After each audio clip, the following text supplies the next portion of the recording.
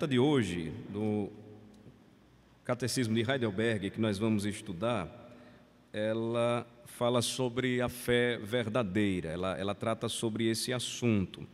Uma pergunta muito oportuna para nós nos dias atuais, porque nós percebemos que nos dias de hoje há uma grande confusão a respeito do que vem a ser a verdadeira fé, ou a fé salvadora.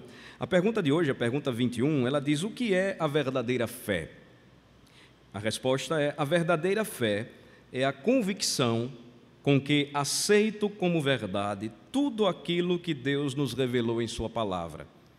A verdadeira fé é também a firmeza ou a firme certeza de que Deus garantiu, não só aos outros, como também a mim, perdão dos pecados, justiça eterna e salvação por pura graça e somente pelos méritos de Cristo. O Espírito Santo realiza essa fé em meu coração por meio do Evangelho. Então nós vamos começar a ver hoje este tema sobre a verdadeira fé. E para pontuar ou introduzir o assunto, eu gostaria de lembrar a todos os irmãos que toda a história da fé cristã, toda a história do cristianismo, ela pode ser sumarizada, ela pode ser resumida em dois Adãos. Lembremos que o primeiro Adão, que foi colocado no jardim do Éden pelo Senhor, ele era o cabeça e representante de todos nós. E ele desobedeceu a lei de Deus, e desobedecendo a lei de Deus, ele morreu, e introduziu o pecado e a miséria no mundo, uma vez que todos nós dele somos descendentes. O segundo Adão, nós vamos perceber também na Bíblia, ele, diferentemente daquele que foi colocado no Éden e quebrou a lei de Deus e desobedeceu a lei do Senhor e chorou depois pelos seus próprios pecados, o segundo Adão chorou no Getsêmani por mim e por vocês. O segundo Adão se tornou o nosso representante e salvador de todo aquele que cresce nele e que colocasse a sua fé nele para a salvação. O segundo Adão foi aquele que morreu em nosso lugar, foi aquele que entregou a sua vida por nós para trazer redenção, verdadeira redenção a todo o crente, a todo aquele que nele depositasse a sua fé. Então o tema, a verdadeira fé, ele fala ou diz respeito a conhecimento e a convicção.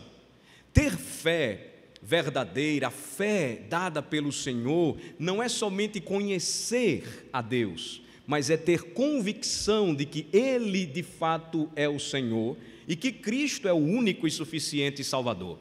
As passagens bíblicas que nos são dadas aqui, que nos são sugeridas, elas nos ajudam a compreender este assunto, porque é um tema ou uma doutrina bíblica, claramente bíblica. Primeira passagem que eu convido os irmãos a verificarem comigo está no Evangelho de João. Vamos para lá. Evangelho de João, no capítulo 17. Capítulo 17, nós encontramos o registro da oração sacerdotal de Jesus, e a partir do versículo de número 1, Jesus começa então a orar em favor de seu povo, em nosso favor. E como ele começa a sua oração? Eu peço que os irmãos prestem bem atenção.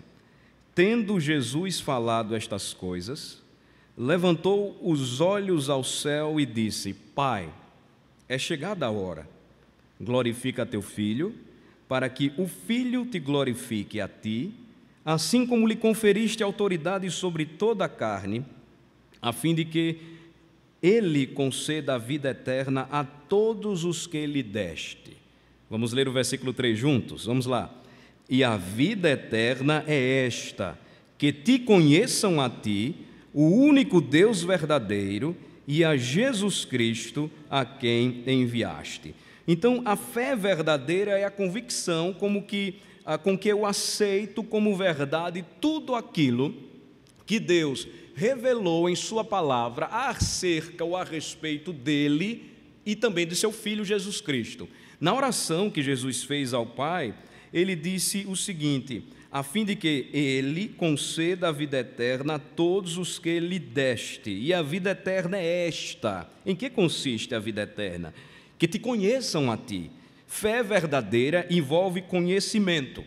Fé verdadeira envolve conhecer o único Deus verdadeiro e também conhecer a Jesus Cristo, que foi o segundo Adão enviado pelo Pai, aquele que chorou pelos nossos pecados no Getsêmani, aquele que suou gotas de sangue por saber do sofrimento que se aproximava quando ele teria que nos substituir na cruz, para nos dar a verdadeira vida. Então, conhecer é importante. Fé envolve conhecimento. A ideia de que a fé, ela não envolve nenhum aspecto ou elemento da razão do homem, ela não é verdadeiramente bíblica, porque Deus nos criou à sua imagem e semelhança e nos fez seres racionais. Então, eu preciso crer, e eu só posso crer conhecendo a Deus e ao seu Filho Jesus Cristo. Agora vamos para outra passagem também que se completa. Hebreus capítulo 11, ainda no Novo Testamento, vejam comigo Hebreus capítulo de número 11, os 3 primeiros versículos da carta aos Hebreus.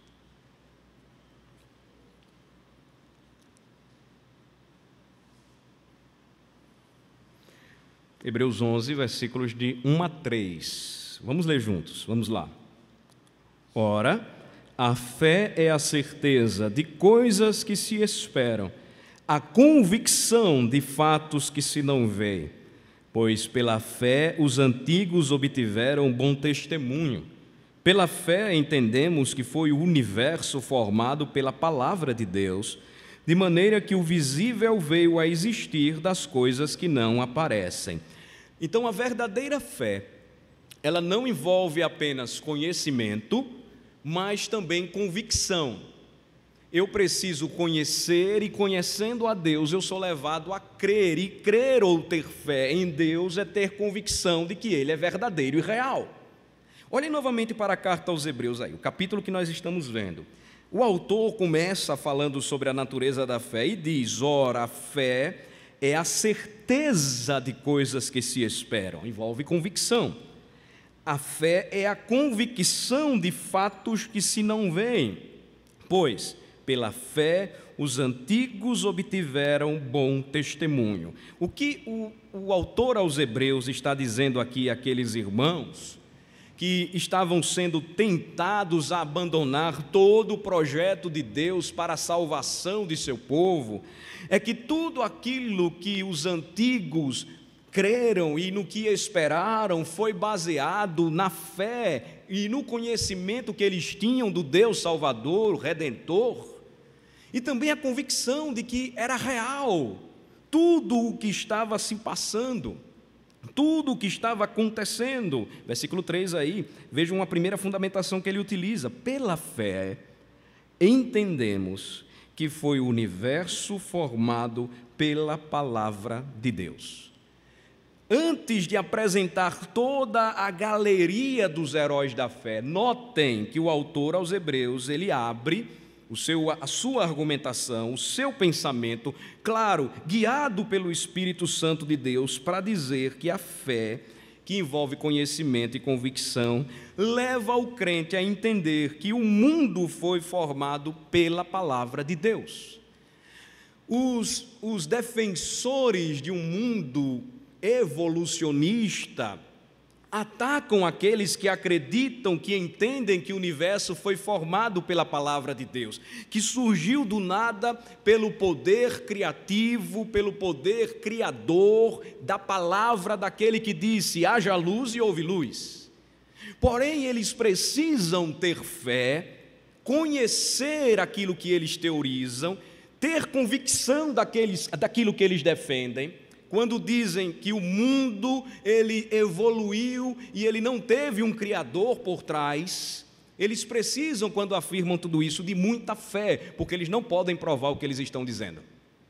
Até hoje, o que é passado para nós, aqui me refiro a nós, cidadãos brasileiros, como se fosse uma doutrina provada cientificamente, e continua a ser chamada de teoria da evolução. Os mais avançados na ciência sabem que teoria não é algo ainda comprovado, mas é algo que, se eu defendo, necessito de fé e convicção para continuar defendendo até que se prove. Aí, quando nós olhamos para a Escritura Sagrada, nós temos na Escritura Sagrada um confiável conjunto de livros e documentos históricos que foram preservados por anos e chegaram até nós. E os homens começam a dizer: não, mas a Bíblia, ela não fala, ela não prova aquilo que ela defende. E eles tentam explicar a Bíblia cientificamente, quando a Bíblia é um documento histórico. E todo estudante de história sabe que história se comprova por testemunho. Eu não tenho como provar cientificamente que nós tivemos um presidente presbiteriano, ainda que por um ano no Brasil. Não sei se vocês sabem disso. Café Filho, ele foi um potiguar que presidiu por um ano o nosso país e ele era presbiteriano. Você tem como provar por métodos científicos e experimentações que Café Filho foi presidente do Brasil? Não. Como é que eu sei? História, documentos, testemunhos, jornais, notícias. Como é que a Bíblia chegou até mim? Chegou até você? Através de documentos que foram preservados e até hoje são os mais confiáveis do planeta. São aqueles que têm o maior número de documentos ou manuscritos que provam a sua verdade. E aí os homens tentam atacar e dizer que a Bíblia não pode ser provada cientificamente. Isso é ignorância, porque é um documento histórico e historicamente ela pode ser provada assim. E aí, quando nós olhamos para a mensagem da Bíblia, o seu testemunho que foi dito, a sua palavra que foi falada, nós encontramos então todo um registro histórico de homens que de fato existiram. A Bíblia mostra, por exemplo, quando fala a respeito do nosso Redentor, tudo aquilo que outros historiadores que não eram cristãos confirmaram. Jesus existiu, viveu em Nazaré, pregou o seu evangelho e muitos defenderam que ele já não era porque ressuscitou, ou já não estava morto porque reviveu. Quando nós lemos 1 Coríntios 15, por exemplo, meus irmãos, nós percebemos que depois que Jesus ressuscitou e apareceu novamente aos seus discípulos, às mulheres, aos apóstolos, pelo menos 500 discípulos viram a Jesus. Isso está tudo registrado em um documento confiável que até hoje é o mais lido em todo o mundo, a palavra de Deus, a Bíblia Sagrada. Então defendam a palavra de Deus mesmo com convicção e conhecimento de causa.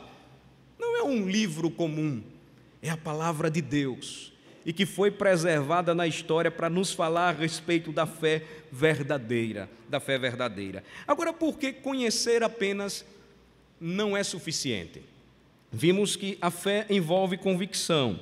Eu não posso apenas conhecer algo e depositar a minha confiança naquilo que conheço para viver, ou por viver, ou para que por aquele conhecimento eu viva, se eu não tiver convicção. Aí, por que eu estou dizendo isso para vocês? Vamos para Tiago, capítulo 2. Tiago, capítulo 2, versículo 19. Convicção se faz necessária porque nós vimos que o coração da fé cristã envolve a verdadeira fé, que é conhecer ao Senhor, mas a convicção, ela precisa caminhar junta, porque, por exemplo, Tiago 2, versículo 9, diz que os demônios eles têm uma boa teologia. Vamos ler juntos o versículo de número 19, Tiago 2, versículo 19, vamos ler? Crês tu que Deus é um só? fazes bem, até os demônios creem e tremem. Então, conhecer a boa teologia, conhecer a história da Bíblia, conhecer as doutrinas da Bíblia, conhecer todo o plano de salvação não é suficiente para que se alcance a verdadeira fé, ou para que a verdadeira fé seja alcançada. A verdadeira fé é fruto do conhecimento, mas também da convicção de que esta boa teologia, ou a revelação que Deus fez de si mesmo e do Salvador, seu Filho Jesus Cristo, é a verdade que liberta, é a verdade que torna o homem livre, é a única verdade. Precisamos ser taxativos quanto a isso. Não existem caminhos alternativos, mas a verdadeira fé só aponta para Jesus. Não é arrogância da parte do cristão, mas se o cristão conhece a Bíblia, se o cristão estuda a Bíblia com seriedade, e se ele tem fé convicta de que a Bíblia fala a respeito do caminho da salvação, ele não vai procurar outro senão Jesus Cristo. De forma que, meus irmãos, o que nós olhamos aqui, ou o que nós percebemos em Tiago 2,19, é que crer apenas e não experimentar e viver este conhecimento, aplicando diariamente em todas as áreas da vida, não será suficiente se eu não caminhar com aquilo que sei e a sabedoria que eu recebo da palavra do Senhor me leva então a testemunhar de Cristo para o mundo, em minha vida, em minha casa, vivendo e aplicando isto na vida da igreja. Porque se eu ficar apenas nas formulações da mente, no conhecimento que eu tenho, nas boas respostas que dou, na habilidade que tenho para falar da Bíblia, da palavra de Jesus, eu vou crer apenas como os demônios fazem. Eles creem e tremem, mas eles não obedecem. A verdadeira fé nos leva então a entender que eu tenho convicção e aceito a verdade da palavra de Deus como verdadeiramente ela é. Agora, caminhando um pouco mais, vejam que a fé também é a firme certeza de que Deus garantiu não só aos outros, como também a mim, perdão de pecados, justiça eterna e salvação por pura graça e somente pelos méritos de Jesus Cristo. Vamos para Romanos 4. Romanos capítulo 4. Vejam só. Em Romanos capítulo 4, nós encontramos outra passagem bíblica que reforça este assunto, esta doutrina.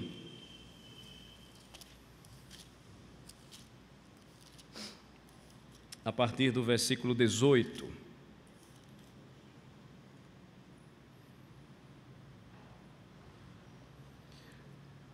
A fé é a firme certeza de que Deus garantiu não só aos outros, como também a mim, perdão de pecados, justiça eterna e salvação por pura graça e somente pelos méritos de Jesus Cristo. Falando sobre esta firme certeza, olhem comigo o exemplo de Abraão. Romanos 4, de 18 a 21, diz assim: Abraão, esperando, contra a esperança, creu, para vir a ser pai de muitas nações, segundo lhe fora dito, assim será a tua descendência. E sem enfraquecer na fé, embora levasse em conta o seu próprio corpo amortecido, sendo já de 100 anos, e a idade avançada de Sara, não duvidou por incredulidade da promessa de Deus, mas pela fé se fortaleceu, dando glória a Deus, estando plenamente convicto de que Ele era poderoso para cumprir o que prometera. Ora, irmãos, por vezes nós confiamos tanto nos homens, depositamos tanta fé nos homens e fraquejamos quanto a nossa fé no Senhor. Esquecemos rapidamente das suas promessas. Vejam, Abraão esperou 100 anos para poder ser pai de um filho. Ele poderia ter feito como muitos de nós, rapidamente fazem quando oram ao Senhor e o Senhor não responde rapidamente aquilo que nós queremos. Ou Ele nos diz um não, porque o não que Ele diz muitas vezes é bom para a gente. E quando então nós ouvimos isso, nós rapidamente desistimos, duvidamos por incredulidade da promessa de Deus. Agora, notem o exemplo de Abraão como o pai da fé. Ele não enfraqueceu na fé, versículo 19. Versículo 20, ele não duvidou por incredulidade da promessa de Deus. No versículo 20 ainda, mas pela fé se fortaleceu e deu glórias a Deus, estando plenamente convicto de que Ele era poderoso para cumprir o que prometera. Lembrem que Paulo aqui não está mencionando ainda aquele episódio, ele não menciona aqui aquele episódio em que depois que Isaac nasceu, Deus então diz, olha, pega teu filho e leva ele para sacrificar para mim. Abraão podia dizer, mas Senhor, eu já esperei tanto tempo, eu não duvidei, e agora o Senhor está pedindo para eu acabar com tudo aquilo que o Senhor prometeu por tantos anos, e como é que vai ficar tudo aquilo que o Senhor disse? Não, Abraão resolutamente fez o que Deus mandou. Agora Hebreus 11, depois vocês podem conferir, vai confirmar que ele não fez aquilo baseado em uma fé cega. Essa loucura que a gente está vendo hoje, e que se diz evangelho, é baseada em uma fé cega. O pastor diz e o povo faz sem olhar o que a Bíblia está ensinando. E as maiores loucuras acontecem, desde a falta de conhecimento bíblico, ou de conhecimento das letras, a coisa mais básica, como um episódio triste que ocorreu em nosso país, de um homem que não sabia nem ler a Bíblia direito, e ele, distorcendo a Bíblia na passagem em Oséias, diz, pega a mulher do teu próximo e adultera. Ele esqueceu de ler o acento que diz, ou conta a história de que Deus mandou que Oséias casasse com uma mulher adúltera, uma mulher de prostituição, para ensinar a desobediência de Deus para com ele. E aí ele então começou a ensinar e praticar adultério no meio da igreja, que ele era líder. E o povo cegamente estava seguindo, colocando a fé em quem? Em Deus? Não, na palavra de um homem.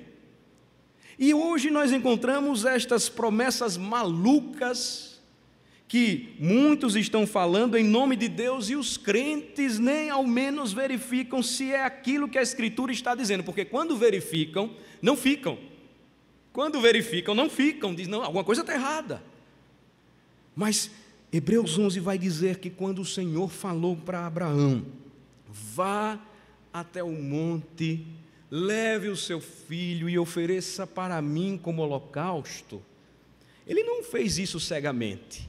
Hebreus 11 vai confirmar que ele fez aquilo porque ele cria que mesmo que Isaac fosse morto, Deus tinha poder para ressuscitá-lo novamente à vida. Isso é fé com conhecimento e convicção de quem é Deus. É totalmente diferente.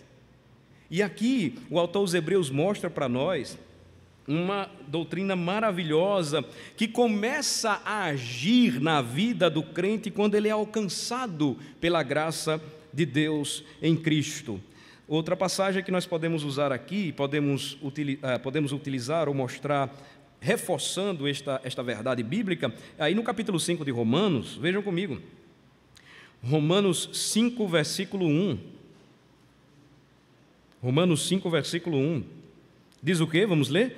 Justificados, pois, mediante a fé, temos paz com Deus, por meio de nosso Senhor Jesus Cristo. Então, por meio da verdadeira fé, nós temos paz com Deus, porque ao ouvirmos o Evangelho, nós conhecemos a Cristo, entendemos o que Ele fez na cruz por nós, morrendo em nosso lugar, tornando-se a nossa justiça, e crendo nele, então nós somos justificados. Ou conforme a linguagem bíblica, no Novo Testamento aqui, a linguagem ela é declarativa, ela é forense. O juiz de toda a terra, olhando a substituição de Cristo em nosso lugar, bate o martelo e diz, eu justifico vocês, não por vocês, por mérito de vocês, mas pelos méritos do meu Filho. E aí nós somos declarados justos pela fé mediante a fé, que nos leva a ter a firme certeza de que Deus nos garante esta promessa, esta bênção, não só para mim, mas também para os outros, para todos aqueles que creem no Senhor. Ainda em Romanos, vejam capítulo 10, versículo 10. São passagens, irmãos, muito confortadoras e esclarecedoras para aqueles que precisam ouvir o Evangelho assim como nós. Romanos 10, versículo 10, vamos ler juntos? Porque com o coração se crê para a justiça, e com a boca se confessa a respeito da salvação. Então, com o coração se crê, e se tem a firme certeza de que Deus garantiu para mim e para todo aquele que crê em Cristo perdão de pecados, justiça eterna e salvação. Eu creio, e porque creio porque conheço e deposito toda a minha vida e salvação somente em Cristo. Se eu coloco a minha fé em Cristo e em outras coisas, eu não estou realmente confiando nele para a minha salvação. Se eu confio ou creio em Cristo, mas acho que outras coisas ainda precisam ser feitas, penitências, rezas, adoração a outras divindades, boas obras, se eu faço isso, eu não estou confiando em Cristo inteiramente para a minha salvação. Mas se eu creio inteiramente em Cristo, eu confio nele. E aí onde está a glória da pregação do Evangelho? O pregador não tem poder para transformar a mente de ninguém. Tanto que vocês nunca viram aqui eu dizendo, olha, venham até aqui à frente, se ajoelhem, e vamos criar toda uma ambientação aqui para que você chore e venha, não. Porque eu só posso fazer aquilo que o Senhor me competiu, ou o Senhor me entregou, me confiou. Entrego o Evangelho, prego o Evangelho, oro ao Senhor e digo, Senhor, que a Tua palavra que não volte vazia alcance os corações. E quando o Senhor toca um coração e o leva a crer em Cristo, ele não consegue mais fugir. Ele não consegue mais fugir do seu Salvador, mas ele vai então ter esta fé verdadeira e real que o leva a entregar a sua vida ao seu Redentor. Para a gente terminar, irmãos, nós temos outras passagens para mostrar, mas eu queria concluir apenas reforçando o seguinte, reforçando que a fé verdadeira, ela traz esta certeza para nós, da garantia de Deus, de que meus pecados estão perdoados, então eu devo confiar no Senhor, em sua justiça eterna, porque fui justificado pela fé em Cristo, salvação por pura graça, Efésios 2, 8, em diante diz, porque pela graça sois salvos mediante a fé, e completa que essa salvação é por pura graça e somente por Cristo, porque isso não vem de vós, é dom de Deus, não de obras para que ninguém se glorie. E aí, finalmente, nós vamos ver o seguinte, o Evangelho vai nos ensinar que nenhum esforço é possível pelo homem para que esta fé verdadeira ela seja alcançada, não. A conclusão aqui do catecismo nos lembra que o Espírito Santo é quem realiza essa fé em meu coração por meio do Evangelho. Vocês estão com Romanos aberto aí? No capítulo 10, leiam comigo o versículo 17. O versículo 16, Paulo, o apóstolo, ele vai citar Isaías. Isaías, quando ele diz, no Isaías 53, quando ele começa o capítulo 53, aí no versículo 16 diz assim, mas nem todos obedeceram ao Evangelho. Pois Isaías diz, Senhor, quem acreditou na nossa pregação? A questão do profeta foi, quem acreditará ou acreditaria nesta mensagem? Ele estava falando a respeito do servo sofredor de Jesus Cristo. Aí a grande pergunta que muitas vezes nós fazemos assim, pastor, e quem é que vai crer nesta mensagem? Porque embora ela envolva conhecimento e convicção, é necessário fé para que você confie em Deus, assim como eu preciso ter fé para acreditar em qualquer outra coisa neste mundo. E aí a Bíblia diz que a pregação do Evangelho é loucura para os que se perdem. E aí você pode perguntar, mas pastor, e aí? Será que a gente não pode produzir alguns efeitos aí? Será que a gente não pode dar um jeito, sei lá, dar uma forcinha ao Senhor, para que esta turma aí creia em Cristo?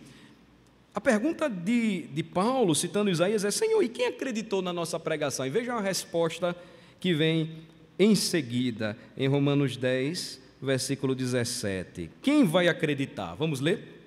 E assim, a fé vem pela pregação, e a pregação pela palavra de Cristo. A fé vem pelo ouvir, e o ouvir a pregação. Mas não é qualquer pregação, por isso que nenhuma mensagem do Evangelho, ela pode estar isenta de Cristo. Nenhuma pregação pode ser considerada verdadeira se a história da redenção não for apresentada ao homem. Porque a fé, ela vem pelo ouvir, e ela vem pelo ouvir a pregação da palavra de Cristo, do Evangelho. O Evangelho é toda a Escritura. O Evangelho é a boa nova que começa em Gênesis e termina no Apocalipse. O Evangelho é o instrumento ordinário pelo qual o Espírito Santo conduz os pecadores a Jesus Cristo. Havendo Deus outrora falado de muitas maneiras e de muitas formas aos pais pelos profetas, nestes últimos dias nos falou pelo Filho. Jesus Cristo não está falando audivelmente para a gente, nós não estamos ouvindo a voz dele como ligamos um rádio.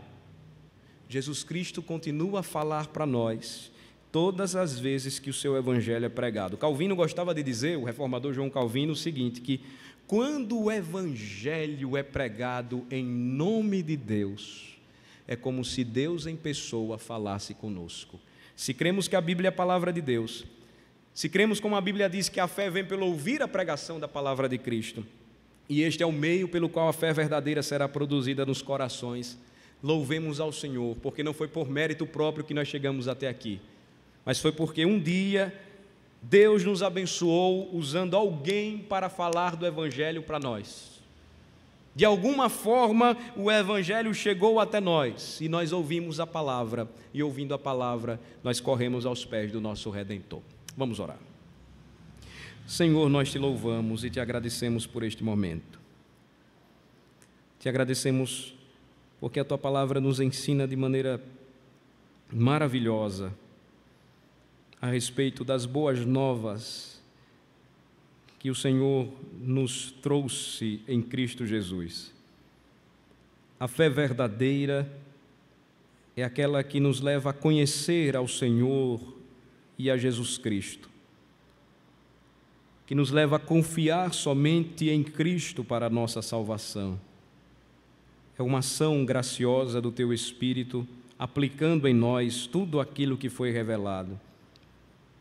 A fé verdadeira nos traz a certeza, a garantia de que em Cristo nós temos o perdão dos nossos pecados, a justiça eterna, que nós temos, ó Senhor, a salvação pela graça, porque Jesus Cristo se fez homem e morreu por nossos pecados. Ó Senhor, nós te louvamos por esta fé que não é nossa, mas que é um dom do Senhor, que o Senhor nos deu como um presente. Dá-nos, ó Senhor, a graça de valorizarmos a cada dia o maior presente, o maior tesouro que recebemos do Senhor e que venha suprir todas as lacunas e vazios da nossa alma. Que venha suprir todas as nossas necessidades, ó Senhor, e nos levar sempre a confiar em Ti, assim como Abraão confiou e esperou e jamais duvidou, mas deu glórias ao Senhor em todos os momentos. Que o Senhor abra os corações daqueles que nos tem nos visitado, tem congregado conosco e que estão conhecendo o Evangelho de Jesus. Que assim como nós, os que cremos, seus corações possam ser também abertos pelo Senhor e que eles aceitem a mensagem da cruz e confiem em Cristo como seu único e suficiente Salvador. Te louvamos, ó Senhor, por este momento de graça, de estudo da palavra, de crescimento na fé, em nome de Jesus. Amém.